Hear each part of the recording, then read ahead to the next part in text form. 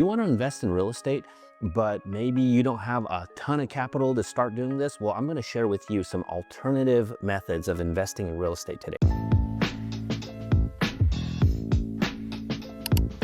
Hey, welcome to Invest with Jim, where you'll get real estate and investing insights that no one else is sharing. So first and foremost, let's talk about what a REIT is. It stands for a real estate investment trust. Think of it kind of like a mutual fund. It's a company that they invest in real estate, right? You can buy shares of this company, and that's kind of your indirect way of investing in real estate. For example, a REIT would be just collecting money from a bunch of investors. They'll invest it in all types of properties. It could be residential, it could be commercial. You have managing members of that trust that invest in real estate, and then you buy a share of it. If the value goes up, or if they get profits from collecting rents, then you get a piece of that. And the good thing about it is REITs are required legally to distribute at least 90% of their profits. Let's just say the average house right now is $500,000. If you don't have 20% down, which is like $100K, you can maybe just buy a piece of a real estate investment trust, and then you're investing in real estate, but with an amount that you're comfortable with. The disadvantage of this is you have no control. You're relying all on the managers to do this stuff for you. So you have little control. One of the advantages is if you own a piece of real estate, like a house, right? If you need that money quick, you can't get it overnight, right? With a REIT, you could just sell those shares right away. It's more liquid. I like that about it, but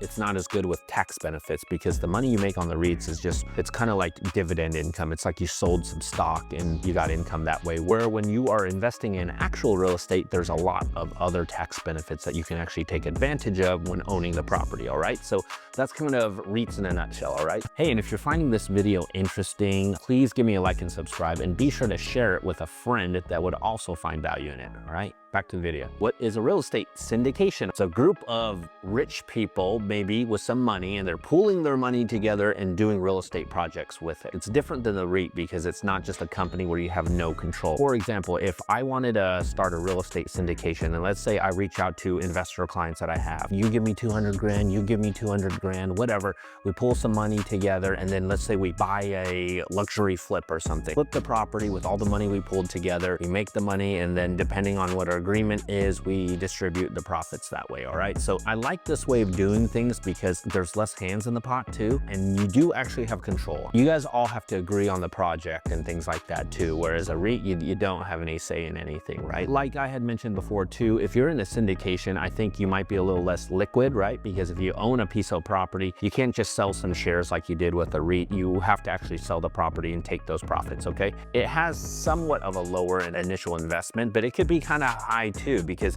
if you're in a group with everybody that's putting in, say, 100,000, what the advantage of this is, it lets you go after bigger projects and you get to share the risk with other people. You have to share the profits with other people too, but some people like to, mitigate their risk, and safety in numbers there, I guess, right? It's for somebody that wants to maybe get into some real estate and they don't want to dabble in these little small properties and be a landlord and all this, I think that's probably a good example for you to do that. So which one is right for you? Do you want to go into a real estate investment trust where you can just buy a share of a company that does real estate investing, or do you want to do a syndication where you pool your money with some other people and then do real estate projects? But all in all, I'm just gonna break it down like this. All investments do have some type of risk, all right? You should be aware of that, okay? And then you should actually be in a position to make investments, all right? You're not scraping your last dollars to do this kind of stuff, because real estate in general has risk, and it's not the most liquid asset that you have, all right? So be sure and make sure that your situation is right. If you want to